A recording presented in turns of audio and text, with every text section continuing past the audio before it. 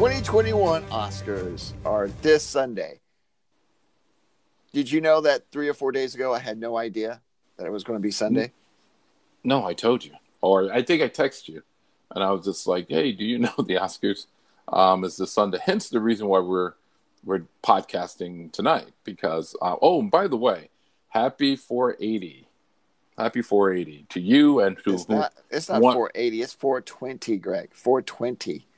Oh, my bad, because I've been partaking some edibles, so it feels like a 480 to me, man. As a matter of fact, I'm eating an edible right now.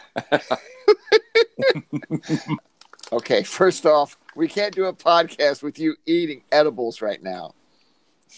I'm done. I'm finished it. Okay. and mind you, sir, this would be the time to actually eat edibles is on your own podcast. Come on. Right. Yeah. Okay. Come on. Yeah. So, but I'm already done, so go for it. All right. But no, there was a time when I used to be really excited about the Oscars when I was younger, and when I wanted to be an actor and a filmmaker and everything back in my college days, especially. I couldn't wait to see the Oscars every year. That was a big deal. The Oscars would come on, and you would either have a party, or you would get a bunch of friends together, or you would make a big deal out of it. It's the Super Bowl of Hollywood.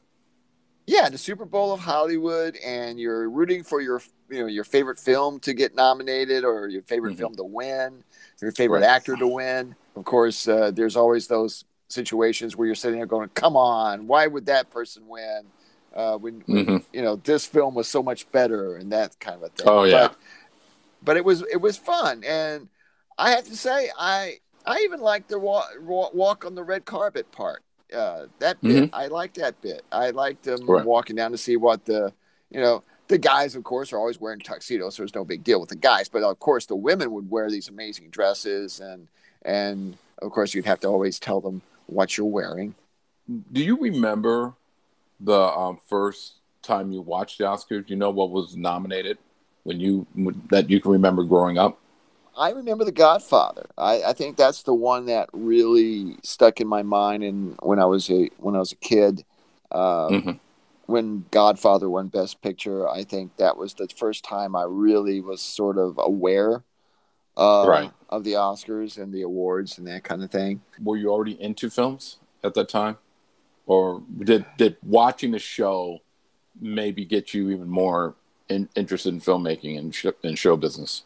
I don't think the Oscars really made me want to be a filmmaker or an actor per se, but I think it was the prestige of knowing that that was sort of like your calling card, right? You won an Oscar, so you have to be good at what you're doing. If you win an Oscar, you want to be good at something, right? You want to be good at it. So if you win an Oscar, chances are you're supposed to be the best at it that year, anyways.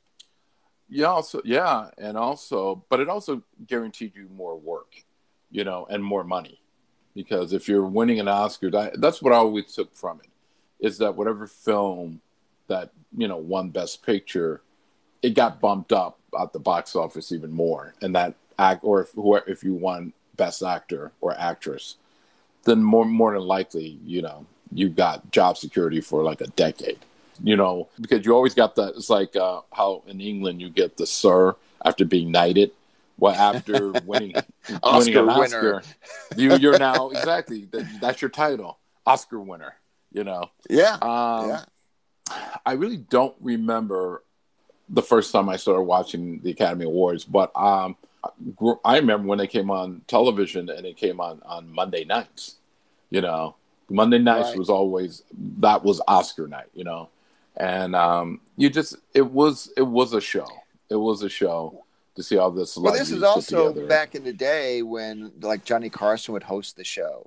He hosted a lot of the Oscars, and I was a huge fan of Johnny Carson back in the day. So you knew you were going to have a very entertaining evening. Right.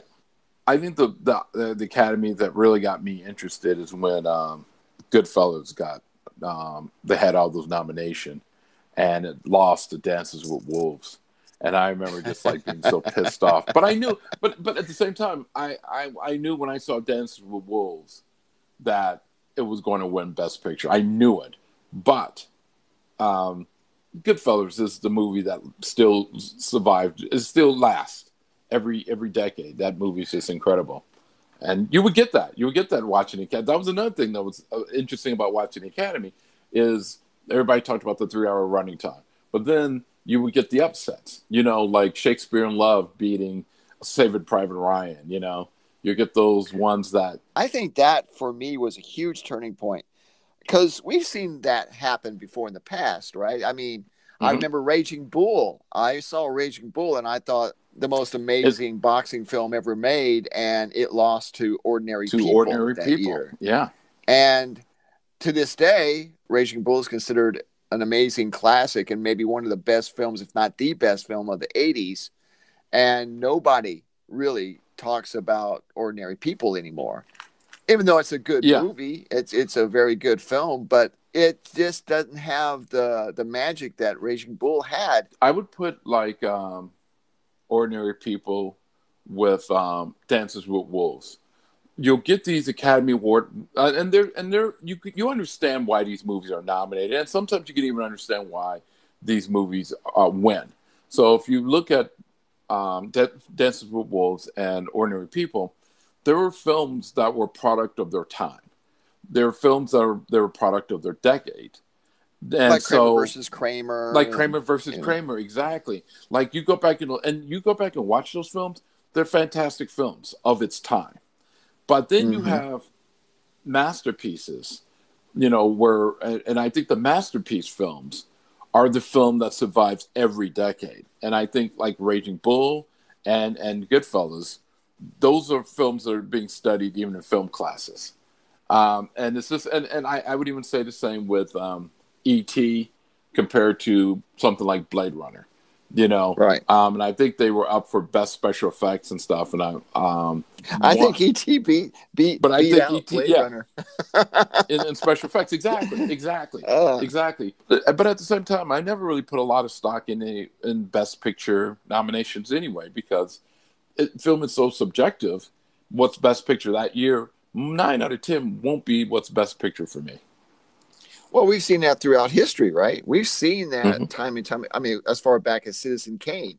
Citizen Kane didn't win Best Picture, but yet it's considered the greatest movie of all time. Right. And we've seen that time and time again.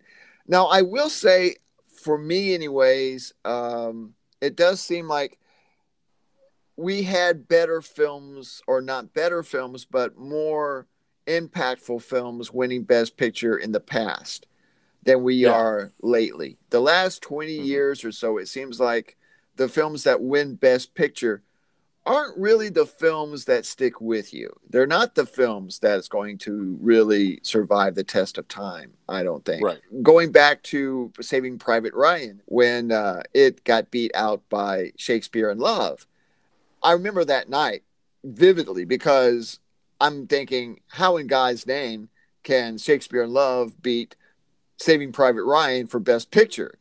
But then you realize, I think, at that point, that it's not just the quality of the movie or the prestige of the film. It's a lot of politics are also involved. Well, it's funny you talk about the night of Shakespeare in Love beating out Saving Private Ryan. We were together because you remember we were in that theater. So there was they rented out a theater for an Oscar party. I think when they nominated, when Shakespeare in Love won over Saving Private Ryan, they cut to Miramax, and once we saw those guys, it was like it made sense. It was like the fix was in, And I think that's where you feel like, okay, there's definitely politics involved. Now, but I am curious though. When did you stop watching? Was that it? Was that maybe the beginning? Yeah, I think that was the beginning, because I think I became a little bit more jaded by that time. I mean, you're looking at Lawrence of Arabia or The Bridge of a River Kwai, and you go, of course that won Best Picture. It should have won Best Picture. But you don't get that as much anymore. Would you have said that for Titanic? Because it does kind of fall into that epic spectacle. The effects were amazing. I believe the fact that the ship could sink. I think the story was just really melodramatic, but for Yeah, me, that's L.A. Confidential was the best picture of that year. mm-hmm. You look at the movies that are nominated this year, and of course, we know we had COVID last year and everything, and a lot of the big films did not come out. So a lot of these films that did got nominated were more independent type fare. But my God, man, all of the films that came out this year were freaking depressing.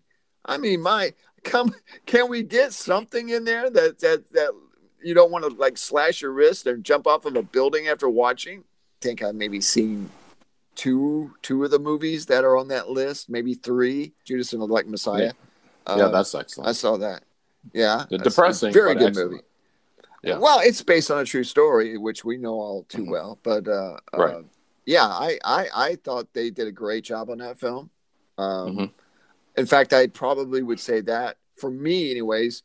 And once again, I've only seen two of them, two or three at the most. But for me, that was probably my pick for Best Picture of the Year. The Chicago 7. Trial of the Chicago 7. You have two movies, Jesus and the Black Messiah and the Trial of Chicago 7, where Fred Hampton gets killed in both films. Yeah. Which was ironic because we wanted to do a Fred Hampton film years ago. I know. We could not get set up for the life of us because nobody was interested 20 years ago. But it's good to see that it's happening now. My problem with the Chicago 7, and I find this true with a lot of Sorkin movies, somewhat a little preachy and a little bit soapboxy. That's a movie I consider more for presentation than connecting with the characters. I said this about that movie. I said, this movie, I can almost see why conservatives get angry at liberal Hollywood, because this movie looks like this is a movie that would make liberal filmmakers and audience pat themselves on the back. Yeah, it's very. we made a movie about ourselves. We made a movie about our spitting out our values. That's just how, in my opinion, how the movie is executed. But it is funny though, because when you were talking about Aaron Sorkin, I was thinking I got a chance to watch a little of the I want the truth, you can't handle the truth scene, and just and bad that monologue. I mean, say what you want about Sorkin, he does know how to write dialogue, because that monologue that Nicholson has, in places you don't talk about. You want me on that wall. You need me on that wall. I can hear the music. I can hear the lyrics. Whether it's for best actor or best director or music or score. And I just thought about that when I was watching the Sorkin clip.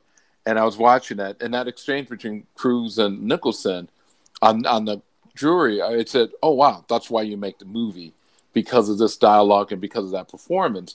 And then I just started thinking, when's the last time that I've seen a clip, or if I went and saw a movie and I saw that moment in that movie where you're sitting there saying they're going to get a nomination, or they're going to get this movie's going to get nominated.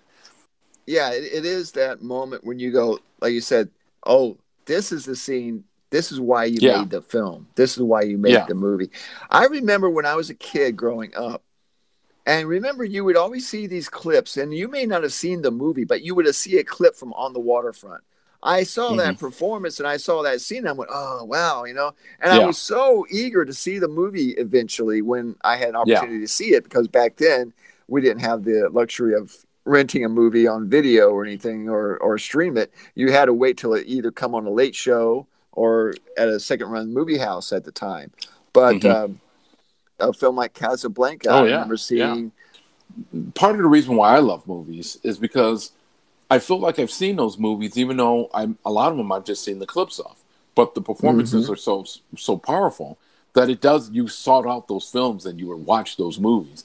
And I will say that the Academy Awards, I think part of the reason why I enjoyed watching them was because the movies that you found great means other people found them great too, and they were nominated, and you would be rooting for them stuff. But at the same time, they can also disappoint, and the Academy politics gets in a way that makes no damn sense, because there are performances where For example, I'll go to Dark Knight. Dark Knight not being nominated for Best Picture of that year, where it was obvious it was the best picture of that year, simply because it's a comic book movie. That was the moment that set the Academy from doing 5 nomination to 10, even though they only use 9. I don't understand why they don't use that 10th one. Which didn't help Dark Knight any though. Well, no, it was an outcry because everybody was saying, "Why is Dark Knight?" It's got all those awards except for Best Picture, and so it's obvious that they tried to justify that. And and then the first comic book that did get nominated, rightfully so, Black Panther, they were trying to. You remember they were trying to pigeonhole that as a possible popular special category, and we all just got sick of that. It was like bullshit. It's like, and the Academy is so snobbish. They seem to always never nominate comedies and even action films, even though it's rare to find one that could be worth nominated. But it's so they don't have a stuntman awards. Die Hard should have won Best Picture that year because Die Hard was amazing. Between Die Hard and Midnight Run, I was a Midnight Run all the way, and I like Die Hard. But I love Midnight Run too. Midnight Run's great. Midnight Run is great, but I will say recently, I don't know what it is, and maybe it is the pick of movies, but I'm finding myself just not caring. And to prove my point, I was going to do research on the movies that were nominated, and then I realized that. Why I don't care about them, and so I didn't, and that says something. And also, it's 420, so I might have been partaking. Yeah, but my problem with the movies that especially this year, I look at the roster of films, and I'm not kidding you, they're so depressing. The subject matter on all of these films are just like, really, I need this during a year that's been so shitty already. I need to watch these movies that are even worse. I'm bringing up Aaron Sorkin again, but he did mention something I thought that was interesting, which is that he writes character, not people. And I found that to be really fascinating. And I think I knew what he was talking about, because he's saying that a lot of times, especially today, you want to be as close to real as possible. But back in the day, you also want to write, you're writing a movie, you're writing characters. And what Sorkin was saying is, I don't need to write, I don't need to be that close to a person. I just need to be able to write a character that's going to move the story in a narrative flow. And right off that bat, I understood. And I think that's the distinction. I think those movies and The Godfather and Dog Day Afternoon and Godfather Part 2, they were still there to entertain us. And yes, underneath the entertainment, there were real things that were going on with the characters and the arc, and they fulfilled those journeys. And I think what we're getting today, especially the movies that you're mentioning, is you're getting filmmakers that are making movies like of today for real people. And I think that, and again, I've seen a couple of those movies, but including Sorkin's himself, which I was not a fan of the trial of the Chicago 7, partly because I felt like he went overboard. That movie felt so Hollywood. I think felt very manipulative. That film felt very manipulative. And I think that and Mank were so obvious Oscar bait that I think when and obviously there's a lot of people who like those movies, but I didn't, because as I watched those movies, I couldn't connect with any of the characters in both films. Even Mank, which I'm a big Orson Welles fan, but it felt presentational, like it was trying to get its nomination. But if you take those two movies aside, the rest of those movies are people writing regular people. And I think the more real that they get those people, for me, the more I'm like, I don't know if I want to spend 2 hours on a woman that doesn't have a home, a homeless person, It is interesting because there is a balance of entertainment and just moroseness. And I think that a lot Mhm. of the films that I'm seeing this year, especially, are just morose. Well, yeah, and I think that that's what's missing comedy. I actually think Mm-hmm. you. I miss comedy. I miss those. I miss the tootsies of the world. You know, I miss Right. those social, satire like The Apartment or. You know, say what you will about Woody Allen, but Woody Allen made some entertaining films. They weren't always upbeat movies, but they did have a bit of levity to them, to where they weren't so morose, they weren't so dark, they weren't so depressing. There's still Yeah, some humor ingested in there. I feel like we're missing variety. We Yeah, just had different. You had the period piece, you had the comedy, you had the drama, you had the courtroom scene. There were just movies that I can go back and say, oh, there's a variety here, there's a couple, there's that and that one, and I can even tell you what won last year. right. Honestly, the last Academy that I remember watching where it actually mattered was when where they made the mistake and gave the wrong Best Picture to La La Land. La La Land, yeah, and then Moonlight was the one that won it. That was the best moment for me, and honestly, and I think at that point I just kind of stopped watching, and also too, and you said it, Oscar so white hashtag. I am getting tired of seeing people of color being ignored at the Academy, and every time they might give us one or two, there's dozens and dozens and dozens of people of color who don't they get snubbed and don't get the awards or anything like that, or even get the nominations sometimes, Right. and even and women directors and stuff like that. I mean, it gets old after a while, and I just stopped. And also, I'll say this one more thing that I think another reason why I stopped watching is they don't have a host that draws me in, like Billy Crystal. Billy Crystal did it like what 8, 9 times straight, and I always went a lot of times because Billy Crystal was going to do it. And now they don't even have a host. So I right see. now I it's think just kind of that's a like, huge mistake, that the Oscars are so like trying to get the ratings back up. And I'm sorry, hmm Oscars, it's not going to happen.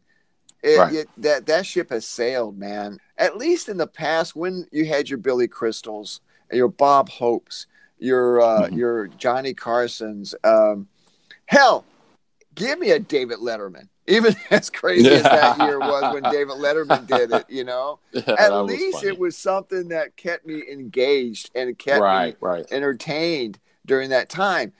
And now it's just like, it's so efficient now. It's like, and that's another thing that always cracks me up about the whole Oscars, is that they have a show particularly about giving awards out to individuals. And when they give you that award, they don't want you to say how much you appreciate the award. Yeah, Who cares? Nobody is here to sit here and watch this thing. Is watching this because they want to have an early evening, because it never has happened in the first place. If you want to watch it and you're going to be bored from the acceptance speeches, then you wouldn't be watching anyways. they've always been consumed with the running time, which is always over 3 hours long, always. Yeah. But my feeling is, so what? I don't like even how they do the memorials, because I felt like the Academy back in the past, I felt like they did a better job of remembering the people, the actors and entertainers who passed, feeling of honoring those people. Now, when they do those memorials, I feel like they're rushing through all of them. Yeah, it's almost like they're doing it begrudgingly. I grew up watching the Academy Awards because being a filmmaker and at one time an actor, um, it was fun. It was fun to watch. But That was the also, dream, right? The dream was yeah, to and it was the be able dream. to go Yeah. up on that stage and win an award for a performance, or hmm for a film that you maybe wrote or directed. I mean, that was Oh, the absolutely. dream. I just wonder if the Academy should just start over and go back to underground where you weren't televising it, and it was just for the people that wanted to get the awards. Either that, or take it away for a while. Let's see if the audience miss it. Let's see if they miss it enough that they want it back. It's like, oh, you don't want to see it anymore? Okay, fine, we'll take it away. Or I guess put it online.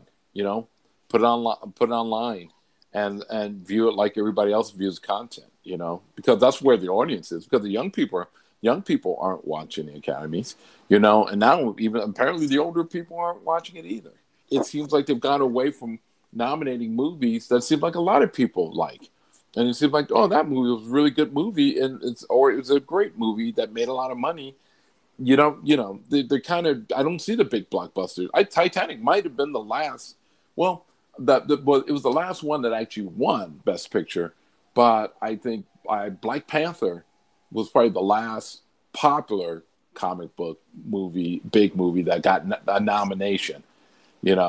So I don't know. Well, I think that's a really great point, because you have a horse in this race, right? If you see this film, or you saw this movie and you enjoyed this film and you loved that performance and you loved the story and how it made you feel, then you want to watch the Oscars because you're rooting for that movie, because that's your movie. That's the film and that's the performance that really spoke to you and that you could relate to. Here's one question, because I know I'll forget. Are you going to watch the Academy on Sunday? I'm not sure if I guess, the big deal is they're not going to be wearing masks.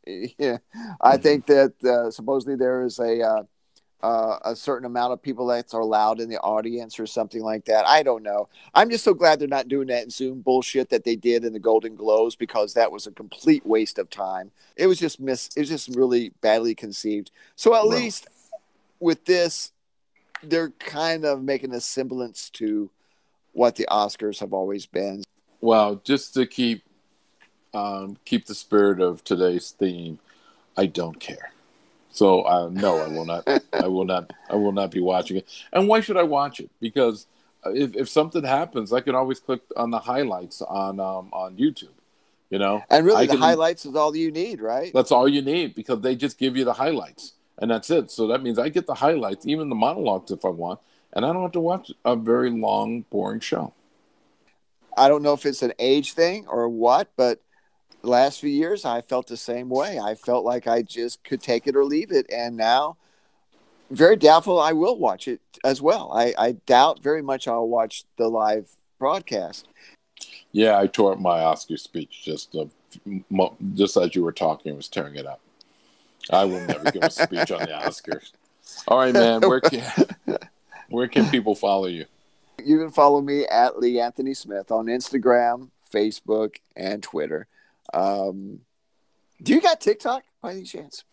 Mm-hmm. Do you have TikTok? Mm-hmm. You're on TikTok. I am on TikTok. See, I got to get with it. I got to get on TikTok, because I hear TikTok's the big thing now.